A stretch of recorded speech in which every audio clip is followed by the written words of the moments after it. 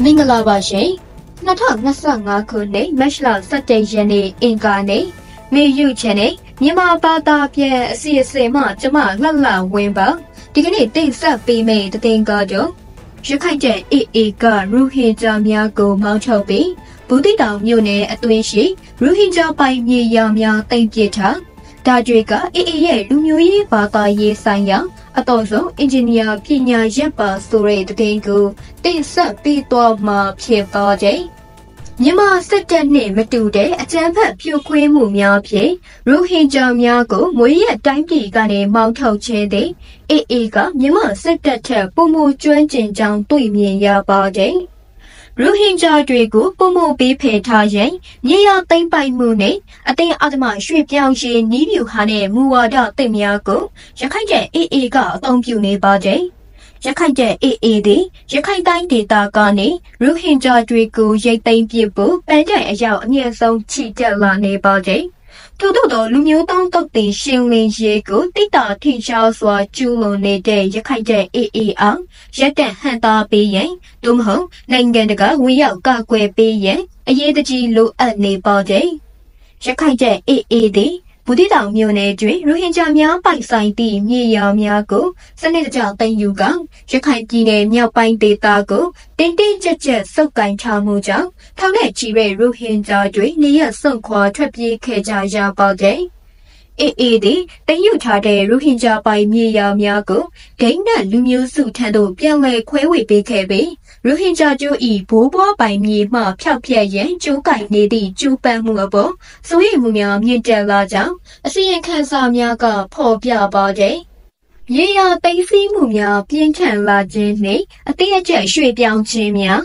ရိုဟင်ဂျာမိသားစုအများအပြားနေထိုင်သည့်ကျေးရွာများတွင်မြေယာသိမ်းယူမှုနှင့်အတင်းအဓမ္မရွှေ့ပြောင်းမှုများပြင်းထန်လာနေသည်မောင်ကြီးတောင်ရှာဘာသာအောင်လံပြေမော်ရစ်ဆာဘီတရက်ကွန်ကျန်ရှိခွီခွန်နာနှင့်တခြားကျေးရွာများကိုAAမှအတင်းအဓမ္မနှိပ်ထုတ်ခဲ့ပြီးမြေရုပ်မြေအရှိတ်ဘက်တွင်အခြေချနေထိုင်စေရန် AA ကအမိန့်ပေးခိုင်းစေခဲ့ကြောင်းဒေသခံတွေရဲ့ပြောဆိုမှုအရသိရပါတယ်။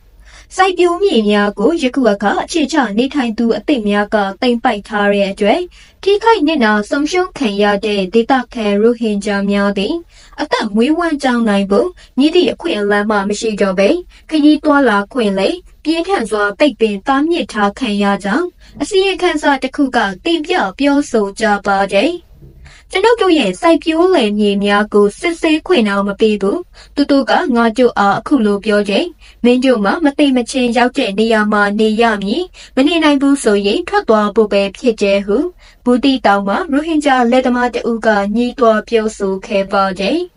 ကျွန်ုပ်တို့မိသားစုမျိုးဆက်ပေါင်းများစွာပိုင်ဆိုင်ထားတဲ့အိမ်တွေလယ်မြေတွေဆုံးရှုံးခဲ့ရတဲ့ရိုဟင်ဂျာများအပေါ် AA အာဏာရှင်ဆန်ဆန်အုပ်ချုပ်မှုကြီးထွားလာမြန်မာစစ်ဆိုရအတွက်အစားထိုးစရာဖြစ်ပုံဖော်ထားတော်လေရခိုင်တဲ့ AA သည်ရခိုင်စစ်ဆိုရကဖိနှိပ်ချုပ်ချယ်သည့်နည်းဗျူဟာများကိုရိုဟင်ဂျာအပေါ်ပုံမအသုံးပြုနေသည်ဟုထင်ဟပ်နေပါတယ်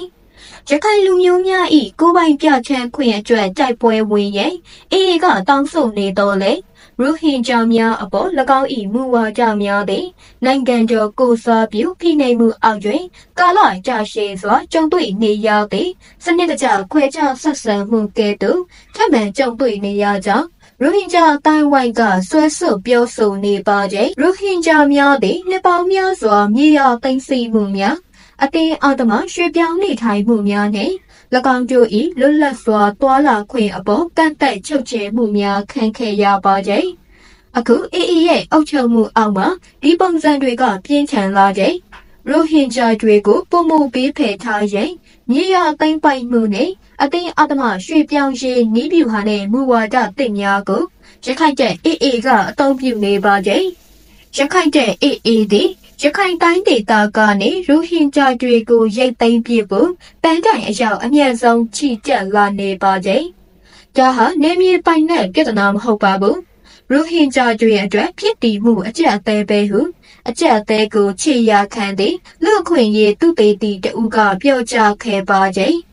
AA သည်ရိုဟင်ဂျာများကို၎င်းတို့၏ဝေးရမြေမှဖယ်ထုတ်ရန်မူဝါဒများကိုခိုင်ခိုင်မာမာချထားပြီး၎င်းတို့သည်နိုင်ငံမဲနှင့်နေရစွန့်ခွာရွှေ့ပြောင်းအခြေချနေထိုင်သူများအဖြစ်ထိန်းသိမ်းထားရန်အခိုင်အမာစီစဉ်ပြင်ဆင်ထားကြတွေ့ရပါသည်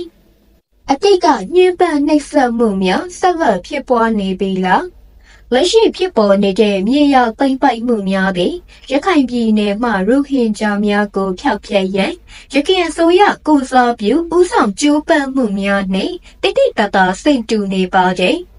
2019ခုနှစ်အစုလိုက်အပြုံလိုက်ရိုဟင်ဂျာတွေကိုတိုင်းပြည်ကနေနှင်ထုတ်မတိုင်မီကရိုဟင်ဂျာမြေ40ရာခိုင်နှုန်းနီးပါးကိုစစ်တပ်ကသိမ်းယူခဲ့ပြီးရခိုင်ဗုဒ္ဓဘာသာအခြေချနေထိုင်သူတစ်များထံပြန်လည်ခွဲဝေပေးခဲ့ပါသည်ယခုကအေးထိန်ချုပ်မှုအောက်တွင်လေအလားတူအကြောင်းမျိုးစုံထွက်ပေါ်လာနေတော့လေနိုင်ငံတကာစီစဉ်မှုသို့မဟုတ်ဝင်ရောက်ဆွတ်ဖက်မှု၏အလားအလာအနေငယ်ပင်ရှိနေပါတဲ့ကွန်ကြံကြီးရွာမှစစ်ပေးရှောင်ရိုဟင်ဂျာများပြားသည်၎င်းတို့၏မြေယာများကိုဒိန်းနဲ့ခေါ်လူမျိုးစုအခြေချနေထိုင်သူများထံပေးအပ်ပေးဖြစ်ကြောင်းတတိပို့ခဲ့ပါတဲ့ကျွန်ုပ်တို့၏တမိုင်းဝင်ဘိုးဘွားပိုင်မြေကျွန်ုပ်တို့၏တမိုင်းနှင့်အမှတ်ရစရာများပြည့်နှက်နေတဲ့အခုအကြကိုတိမ်ပြစ်လိုက်ပြီးထားခဲ့ရပါတဲ့ဟုဒေသခံတဦးကပြောဆိုပါတဲ့ကျွန်တော်တို့အားပဲ့ဖြတ်သူကိုဘလို့ထားခဲ့ပြီးဘဲထွက်ပြေးနိုင်ပါလဲရခိုင်ပြည်နယ်မှာရိုဟင်ဂျာအပေါ်ဖြစ်ပွားနေတဲ့ဟာတွေကိုအရေးပေါ်အကာအကွယ်ပေးရန်နိုင်ငံတကာဝင်ရောက်ဆွတ်ဖက်မှုလိုအပ်မြေယာသိမ်းဆည်းမှုများနှင့်အသေးအကျက်နေရာရွှေ့ပြောင်းမှုများရပ်တန့်ရန်AA ကိုနိုင်ငံတကာမှဖိအားပေးရန်လူ့အခွင့်အရေးဖွဲ့များကတောင်းဆိုထားပါတဲ့ချက်ချင်းရည်ယူခြင်းမရှိဘဲရိုဟင်ဂျာများသည်ရခိုင်ပြည်နယ်တွင်၎င်းတို့၏နောက်ဆုံးခြေချရှိနေမှုကိုဆုံးရှုံးရနိုင်ခြေရှိပြီး၎င်းတို့ကိုနေရာရွှေ့ပြောင်းမှုအမြဲတမ်းအတွက်ဖြစ်စေရန်ရခိုင်တဲ့ AA ဆောင်ရွက်မှုကိုကျွမ်းကျင်သူများကတတိပေးထားပါတဲ့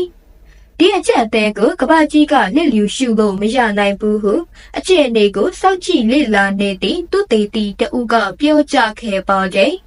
ရိုဟင်ဂျာခွင့်ရေးကိုလေးစားလိုက်နာဖို့ရခိုင်ကျန် AA ကိုဖိအားမပေးဘူးဆိုရင်ရခိုင်ပြည်နယ်မှာရိုဟင်ဂျာကျိုးဤတည်ရှိနေမှုကိုနောက်ဆုံးဖျောက်ဖျက်ဖြစ်ကြကိုကျွန်တော်တို့မြင်တွေ့နေရပါလိမ့်မည်ဟုပြောဆိုထားပါတဲ့ယခုအခါထောင်နဲ့ချီတဲ့နေရစွန့်ခွာသွားသူများထပ်မံထွက်ပေါ်လာပါပြီနေရပြန်ရင်ပြက်ပြက်တသားလမ်းကြောင်းလည်းမရှိဘူးမြန်မာနိုင်ငံရှိရိုဟင်ဂျာများ၏အနာဂတ်သည်ရခိုင်နှင့်အမျှမတိကျမရေရာပေးတဲ့အခြေအနေပေါ်မှာပဲကြာရောက်နေကြပဲလို့သုံးသပ်တင်ပြလိုက်ရပါတဲ့